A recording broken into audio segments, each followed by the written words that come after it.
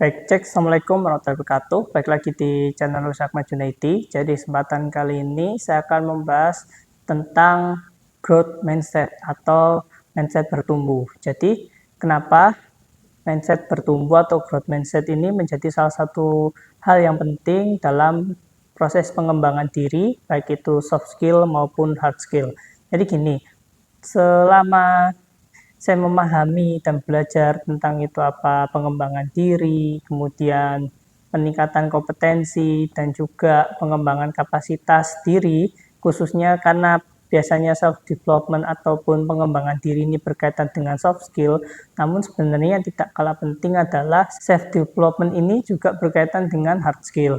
Tentu mempelajari pengembangan diri ini tidak bisa hanya melalui teori-teori yang ada pada buku. Sebenarnya berdasarkan pengalaman saya selama kurang lebih belajar, baik itu S1 maupun S2, serta pengalaman praktis di lapangan, dalam hal ini bekerja khususnya, tentu saya melihat bahwa pengembangan diri atau self-development ini terjadi karena adanya proses refleksi atau pembelajaran diri melalui pengalaman yang sifatnya empiris seperti ini. Jadi kalau saya balik lagi ke masa kuliah saya terkait dengan epistemologi, tentu ada dua aliran epistemologi utama yang seringkali menjadi persoalan atau perdebatan pada awal-awal di perkuliahan filsafat, yaitu adalah rasionalisme dan juga empirisme.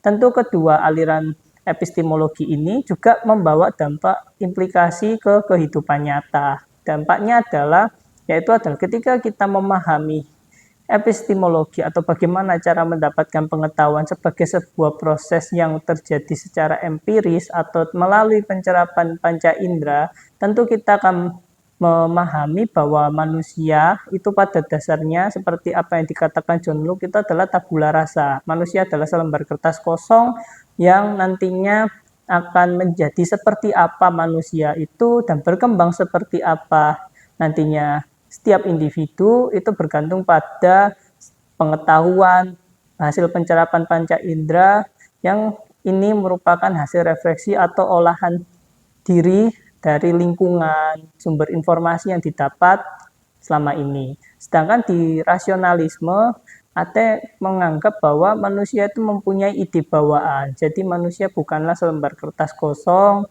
yang dalam tanda kutip nol ya, tidak mengetahui apapun, namun di rasionalisme manusia mempunyai ide bawaan.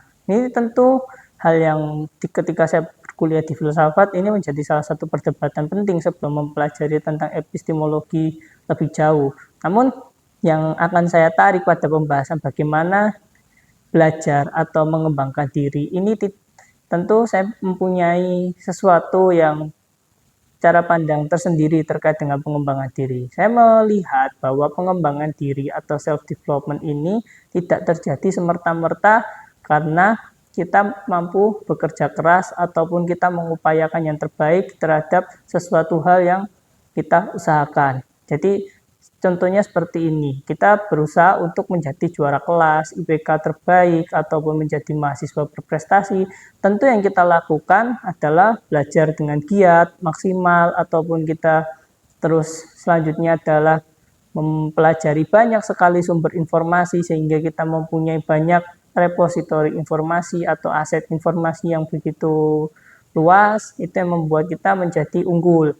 Tentu tidak hanya itu kan berkaitan dengan perpaduan soft skill dalam artian kita tekun, dan juga perpaduan hard skill-nya adalah ketika dampak dari itu semua kita menjadi mengetahui bahkan menguasai berbagai hal. Namun di sini selain memang ada juga yang berpendapat bahwa pengembangan diri itu adalah rumusan momentum, itu adalah kerja keras bertemu dengan peluang. Itu yang sering dijabarkan oleh berbagai ahli tentang pengembangan diri. Jadi pengembangan diri dan juga keberhasilan memang menjadi salah satu milestone atau tolak ukur step yang berlangsung step by step seperti itu. Ketika kita memahami self development ini hanya sebagai bagaimana kita naik kelas menuju tahapan yang lebih tinggi, tentu saya memahami self development ini sama halnya seperti salah satu video yang pernah saya lihat terkait pengembangan diri adalah jungle game.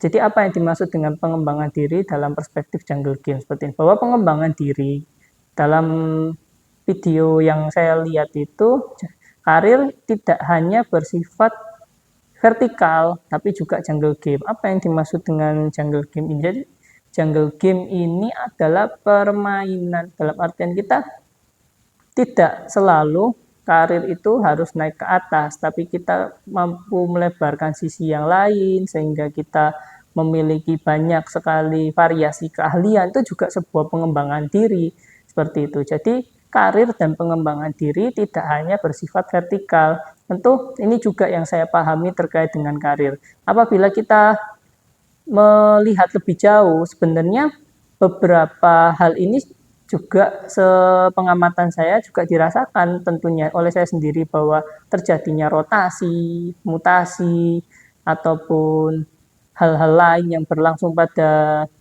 pekerjaan kita, itu juga merupakan satu jungle game. Kita dipindah pada bagian lain, itu juga merupakan salah satu jungle game. Jadi bagaimana cara mengembangkan diri dan juga mengembangkan karir, tentu memang sebagian besar orang melihat bahwa karir itu berlangsung secara vertikal karena berkaitan dengan jabatan, kekuasaan, juga salary, dan lain sebagainya. Tapi hal yang tidak kalah penting, melihat karir sebagai jungle game juga merupakan perspektif lain yang tidak bisa kita pandang sebelah mata juga, dalam artian ketika kita melihat karir sebagai jungle game, tentu kita tidak akan merasa puas diri begitu saja. Kita akan membuat milestone-milestone lain dalam karir atau pengembangan diri kita tidak hanya berhenti untuk menggapai atau memetik buah kesuksesan, tapi yang paling penting yang saya lihat ketika kita melakukan pengembangan diri ataupun karir, yang kita lihat adalah bagaimana kita menjadi bernilai atau bermakna seperti itu. Karena seperti ini, bahwa karir, kesuksesan pengembangan diri tidak selamanya atau tidak selalu diukur dengan banyaknya materi yang berhasil kita kumpulkan, tetapi juga ataupun hal lain ya, selain banyaknya materi, banyaknya ilmu, banyaknya keterampilan, tidak hanya itu. Tapi kadang seringkali yang saya amati juga bahwa menjadi bermakna itu juga sebagai sebuah pencapaian dalam karir. Kita menjadi bermakna itu bermacam-macam ya. Ada yang menganggap bahwa bermakna itu bermanfaat bagi orang lain. Ada yang bermakna itu adalah menghasilkan dampak perubahan yang membawa kemaslahatan bagi lingkungan sekitar, itu juga merupakan satu pengembangan karir seperti itu. Jadi tujuan atau objektif dalam pengembangan diri tidak hanya terbatas pada hal-hal yang sifatnya vertikal, tapi juga bisa berjalan secara horizontal seperti itu. Jadi itu perspektif ya tentang pengembangan diri ataupun karir. Selain itu terkait juga tadi dengan growth mindset. Growth di sini yang dilihat adalah growth itu tidak hanya tumbuh ke atas, tapi juga bisa ke samping. Ini bukan iklan susu ya, tapi sebenarnya gini, memahami karir tidak hanya melalui hal-hal yang sifatnya kita harus selalu melihat atau mendongak ke atas, tapi ketika kita memperhatikan lingkungan sekitar, kita bisa menjadi lebih bermakna, lebih berdampak. Itu juga salah satu objektif dalam pengembangan diri maupun karir seperti itu. Jadi teman-teman, di video kali ini mungkin ini sharing dari saya terkait dengan bagaimana perspektif tentang pengembangan diri dan karir. Maka sebenarnya ini yang poinnya adalah kita tidak boleh berhenti untuk terus belajar. Belajar di sini tidak hanya berkaitan kita memperbanyak sumber informasi ataupun memverifikasi informasi saja seperti di zaman digital sekarang. Memang salah satu keterampilan baru yang harus dikuasai oleh masyarakat digital di era sekarang itu adalah bagaimana kita mampu dan ahli dalam memverifikasi informasi. Karena apa? Tsunami informasi yang begitu banyak, mudah sekali mengakses informasi, itu sebenarnya merupakan salah satu hikmah yang tentu kita harus patut syukuri. Namun hal lain yang tentu kita juga harus sadari bahwa proses untuk memilah, mengklasifikasi, dan juga memverifikasi informasi itu menjadi sesuatu yang penting seperti itu. Jadi tentang bagaimana mengembangkan diri dan karir. Selain saya tadi pertama adalah growth mindset, bahwa growth tidak harus ke atas, tapi growth juga bisa melebar ke horizontal, dalam artian adalah memberi dampak dan manfaat bagi sekitar. Yang terakhir, jangan pernah berhenti belajar, bahwa belajar itu tidak selamanya terkait dengan materi dan bagaimana kita tumbuh. Kita mampu untuk menjadikan diri ini terus seimbang.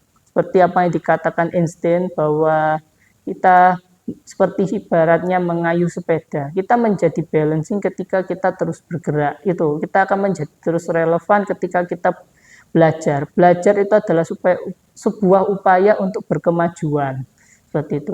Ketika kita menyadari bahwa pengembangan diri itu merupakan upaya untuk selalu menjadi relevan dan dinamika kehidupan, tentu yang bisa saya sampaikan pada video ini adalah tentang pengembangan diri ini jangan dianggap sebagai sebuah beban, karena kita harus berlari untuk mengejar ketertinggalan ataupun tuntutan zaman yang berlangsung seperti saat ini. Tapi kita coba sadari lebih lanjut bahwa upaya pengembangan diri ini adalah upaya yang menjadikan kita manusia seutuhnya. Maksudnya apa manusia seutuhnya? Seperti ini.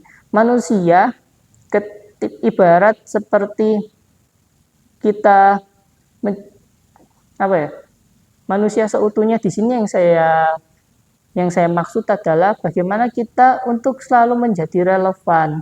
Itu bahwa manusia seutuhnya adalah Homo kompleksus atau manusia menjadi manusia seutuhnya ini berkaitan dengan bagaimana kita tentu selalu menjadi relevan dengan keadaan zaman sekarang. Itu sih yang bisa saya sampaikan, perspektif dari saya terkait dengan pengembangan diri dan karir. Kalau ada pertanyaan, teman-teman bisa komen di bawah. Jika suka dengan video ini, bisa klik like, share, dan juga subscribe channel Rusy Ahmad Junaidi. Sekian, terima kasih. Wassalamualaikum warahmatullahi wabarakatuh.